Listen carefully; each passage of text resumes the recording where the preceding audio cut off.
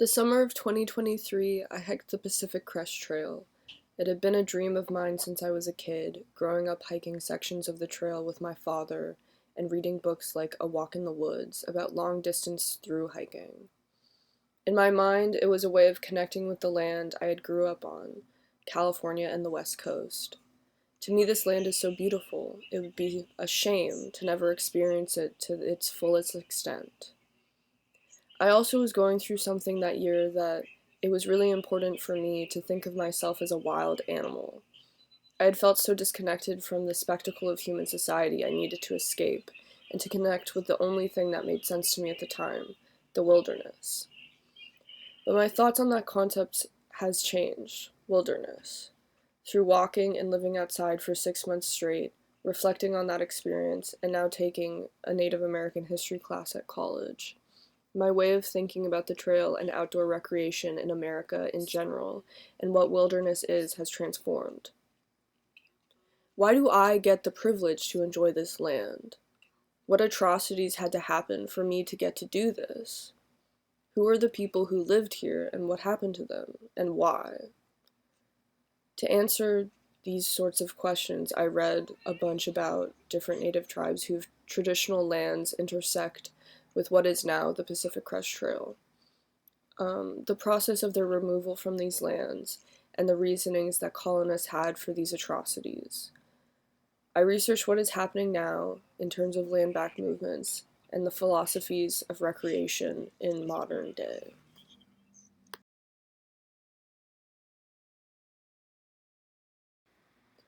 The first section of the Pacific Crest Trail is 700 miles hiking through the desert of Southern California. It's hot and dry and brutal, to be perfectly honest. The trail begins at the border wall between the US and Mexico. Runway, a hiker I met on the first day, pissed on the wall as a symbolic protest. The section goes through Death Valley National Monument, which is probably the most brutal of the section. This land is the traditional land of the Timbisha Shoshone tribe. They thrived and survived in this brutal landscape for thousands of years. In the hot summer months, they would migrate to the cooler mountains, and then in the winter they would move to live on the desert floor.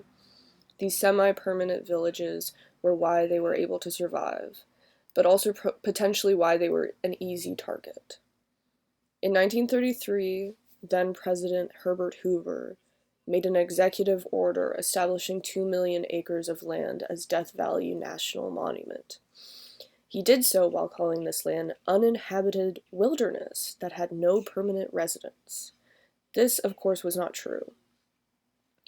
In 1936, there was a document signed into government entitling Establishing a Colony of Indians on the Death Valley National Monument.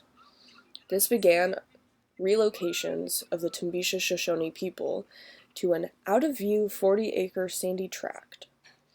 The Bureau of Indian Affairs funded 11 adobe houses to be built for the tribal members. They had no electricity, running water, or climate control. The tribe was meant to pay $3 a month for rent, but no one ever collected this, which in turn meant that no maintenance was ever done to the buildings, leaving the tribe, after a while, with houses that were completely falling into disrepair. The Bureau also funded the building of a laundry and a trading post, where the only jobs were to be had. Women of the tribe were essentially put on display for tourists to look as if they made crafts for sale. Lots of tribe members left their allocated land to find better employment. The tribe could not attain official status because they did not have an official land claim. Because of this, the federal government treated them as wards of the state and even squatters on their own homeland. In 1957, the National Park Service adopted the Death Valley Village Indian Housing Policy, which gave rangers permission to destroy the Timbisha Shoshone's adobe houses that looked like they might have been abandoned or had fallen into ruins.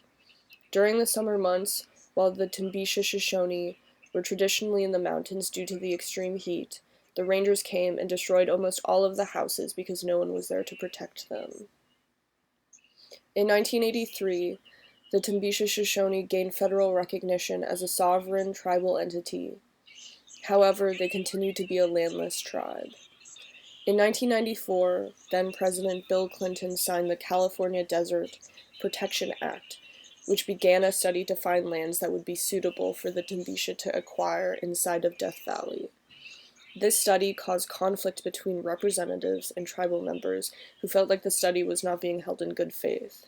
In response to this, in 1996, the tribe organized a protest with participation of other local tribes and activist groups, where they stood on the highway near their village with signs that read, "This is our homeland," and "Cultural respect, not cultural genocide."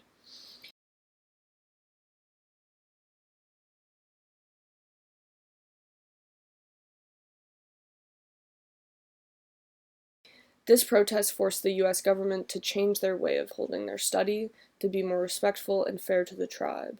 This led to the eventual signing of the Timbisha-Shoshone Homeland Act by President Clinton in 2000.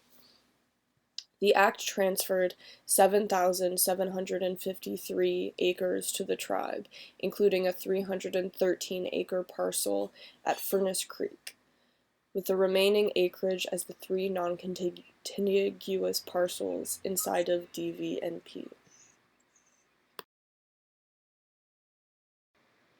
The second section of the Pacific Crest Trail is the Sierras.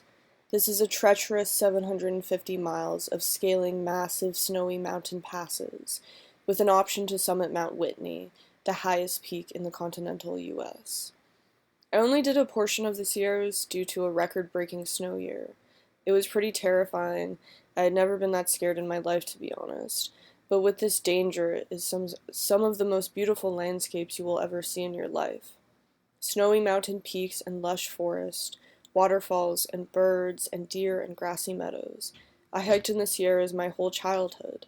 They are this magical, heavenly place, and nowhere else I have ever traveled will ever match its beauty, at least in my opinion. One part of the Sierras is Yosemite, probably one of the most famous and popular national parks. It is incredibly well trod, with infrastructure specifically made for the high foot traffic.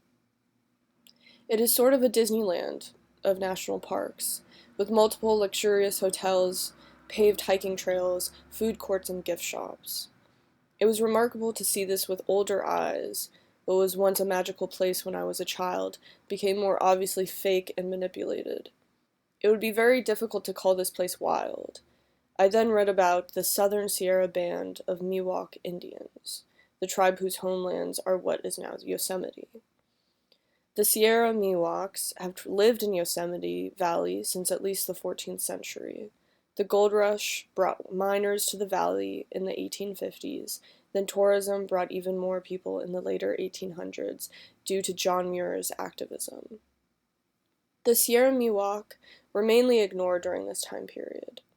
In the 1880s, Sierra Miwok leaders sent a petition to Congress claiming that the destruction of every means of support for ourselves and our families by the rapacious acts of whites will shortly result in the total exclusion of the remaining remnants of our tribes from this beloved valley.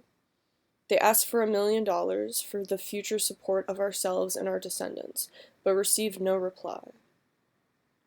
Yosemite National Park was created in 1890. The natives were not removed, but their way of life was restricted, and they depended on money for tourism. The Yosemite Indians merged their camps into one village.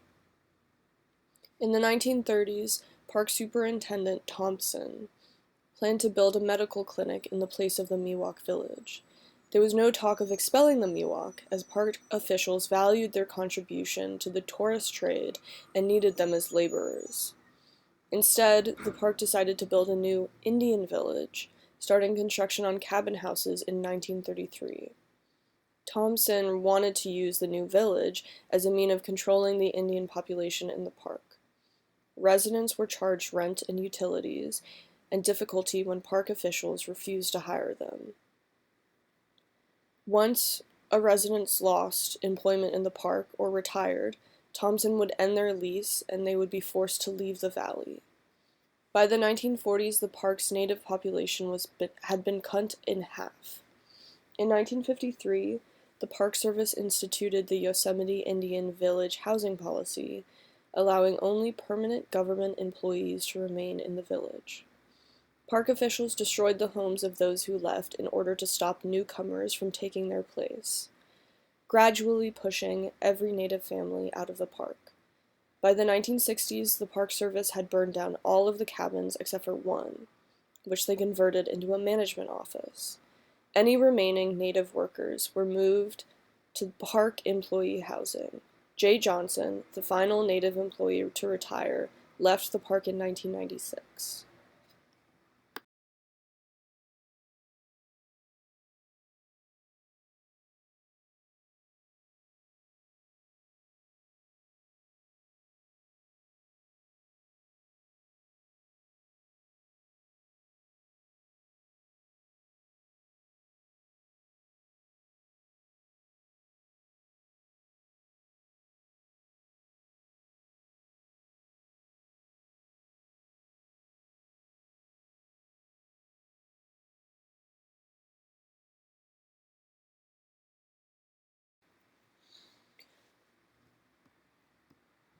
The Oregon section of the Pacific Crest Trail is supposed to be the easiest.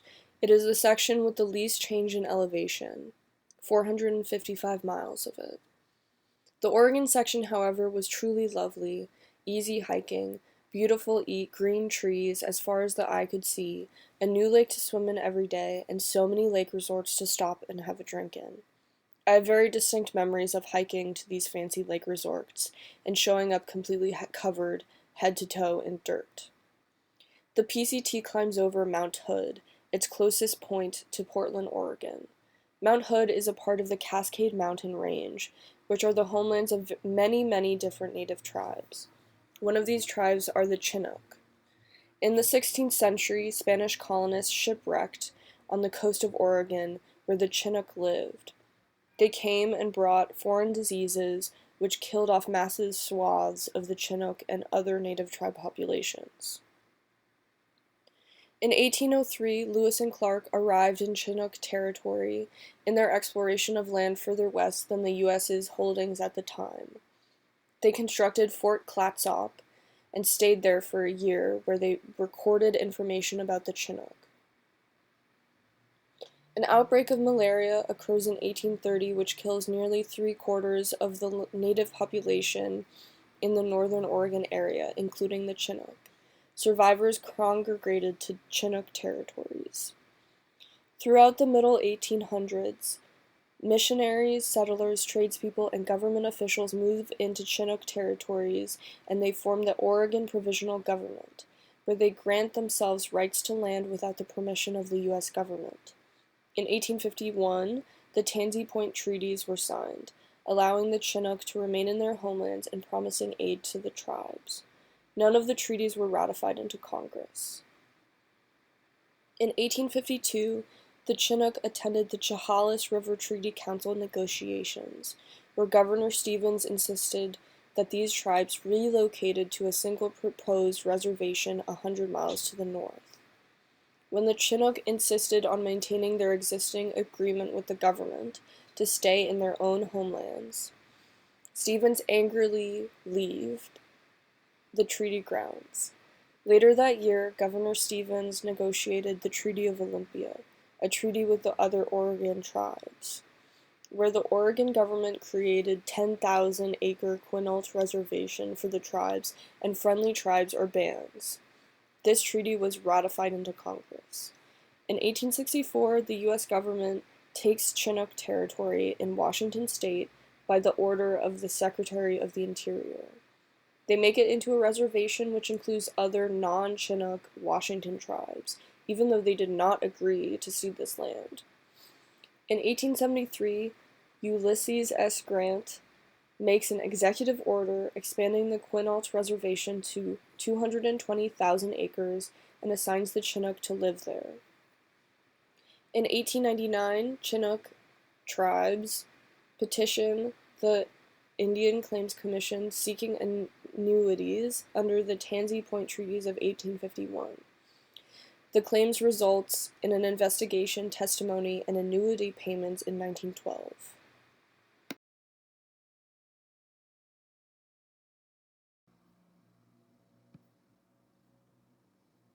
Through learning the history of these three tribes, my viewpoint of nature preserves and national parks has definitely shifted. The viewpoint I have been taught from my family, the quote-unquote outdoor community, which I became a part of when working at an outdoor gear outfitter and through hiking the PCT, and also just straight-up government propaganda, led me to believe that national parks were an environmentalist effort to preserve nature.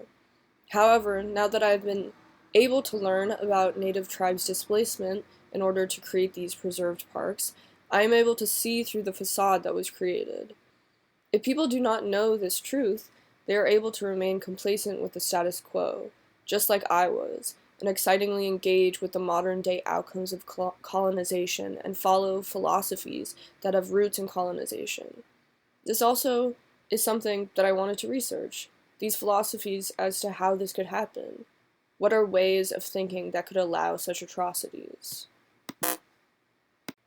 The Wilderness Act was a federal act that was passed in 1964 that officially established and brought together the national park system.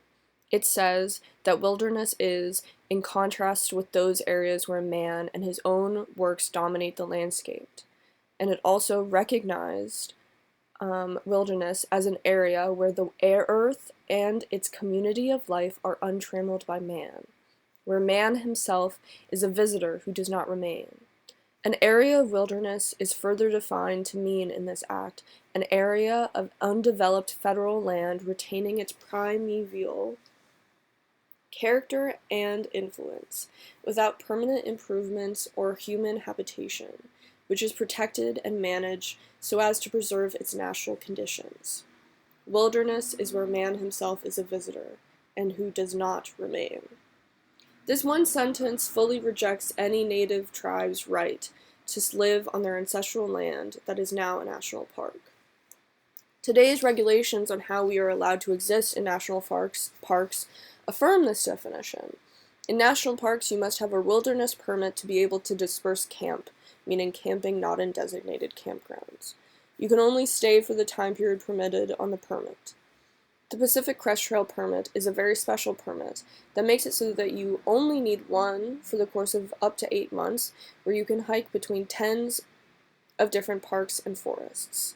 Without this special permit, you would have to apply to upwards of 50 separate permits to hike this trail. In order to get this permit, I first had to go through a very confusing process of trying to understand how to apply.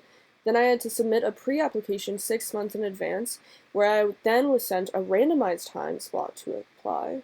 Then on the day of the permit's opening, 5 months in advance, I had to switch shifts at my job to make sure I was able to be at my computer.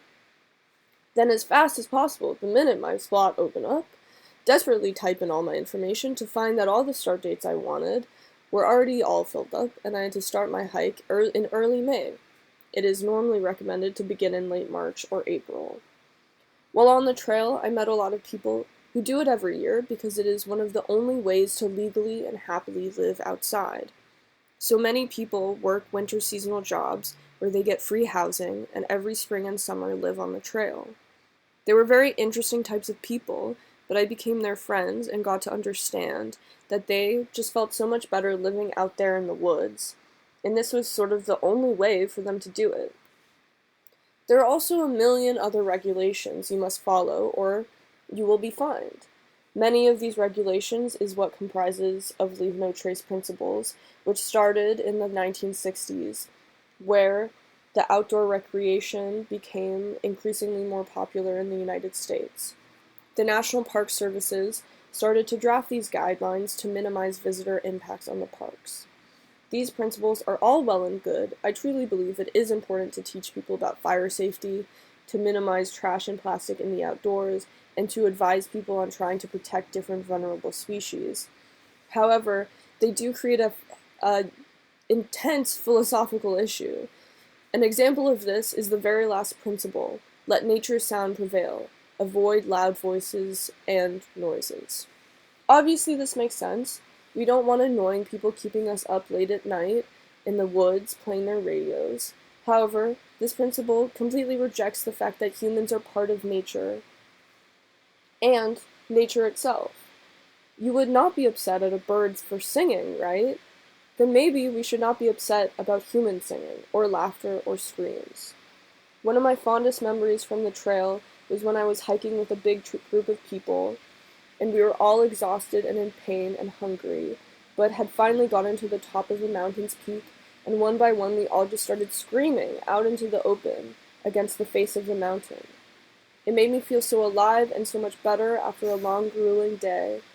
But if I were to say what we did was wrong because we were disrupting nature's sounds, I would be going against the animal inside of me that needed to scream in that moment, just like any animal yells when they are upset.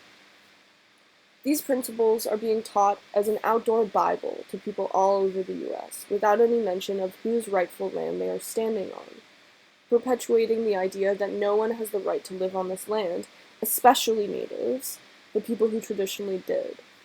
By forcing a rift between humans and their place in nature, creating regulations banning them from living in the wilderness, then the government is able to turn a massive profit from this stolen land. Bark.org, which is an organization that does preservation on Mount Hood, states these facts. Mount Hood National Forest receives over 4.5 million visitors each year, and 98% of the forest is somebody's municipal water supply. The forest provides a domestic water supply for 1.1 million people, as well as an industrial supply for numerous businesses and enterprises. The forest also provides critical freshwater habitat for a suite of aquatic species, including culturally iconic salmon and steelhead. Although many salmon runs are protected under the Endangered Species Act, all runs still contribute to local and regional economies through commercial and recreational fishing. In 2019, local recreationists and visitors spent $601 million in the Mount Hood/George tourism region. Overall, visitors spent $26.4 billion in national parks in 2023. This is all the money and resources being taken from colonized land, which makes me feel so disgusting, especially comparing this number to the measly $4.5 billion that was used for all Department of the Interior tribal programs in 2023.